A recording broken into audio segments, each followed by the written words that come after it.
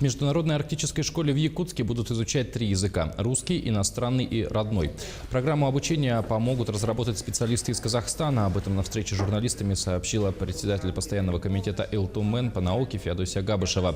По ее словам, по итогам 10-й международной научно-практической конференции «Школа нового поколения» в Астане между Якутией и образовательной организацией «Сеть Назарбаев. Интеллектуальные школы» удалось достигнуть договоренности о взаимовыгодном сотрудничестве.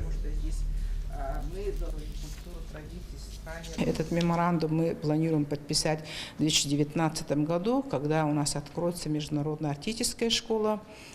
Также мы планируем весной приезд группы из Назарбаев интеллектуальных школ, чтобы они смогли нам помогать в составлении программ, непосредственно подготовки специалистов.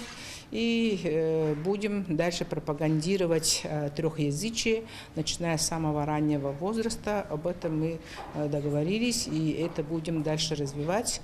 А с нашей стороны мы им будем помогать внедрению кочевого образования,